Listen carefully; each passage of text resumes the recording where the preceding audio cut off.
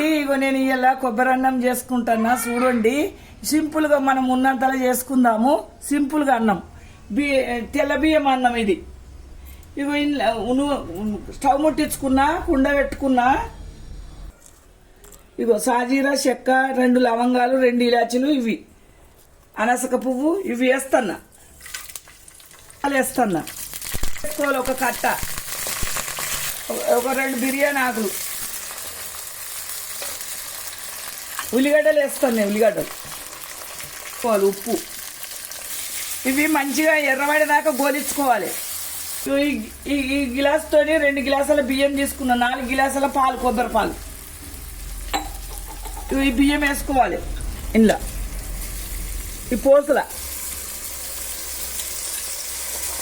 బాస్మతులు కావండి, సింపుల్ బియ్యమే, సోనా మసూర్. ఈ విధంగా అనుకోవాలి, ఒకసారి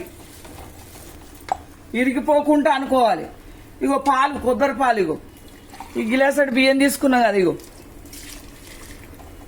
మీరు కూడా పిల్లలకు చేసి పెట్టుండి. ఇగో ఒక గిలాస్ అడుకు 2, ఇగో 4 గిలాసుల పాలు పోసిన. ఉప్పు చూసుకోవాలి గంటే, ఇక తగినంత.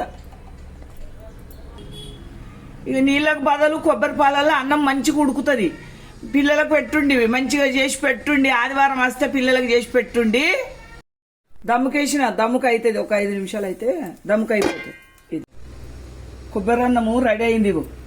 ఇగో ఈ విధంగా అయింది. ఇగో చాలా బాగా అయింది, మెరుపుతుంది చూడు. ఇగో ఇది కొబ్బరి పాలు అన్నం కదా, పిల్లలకు చేసి పెట్టుండి. మీరు కూడా లేదేసి పెట్టినా తింటారు.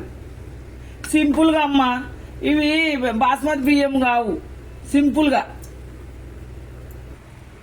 ఇగో ఈ కొబ్బరి అన్నం రెడీ అయింది. నాకు ఒక లైక్ చేసుకోండి, షేర్ చేసుకోండి, సబ్స్క్రైబ్ చేసుకోండి. ఉంటాం మళ్ళా.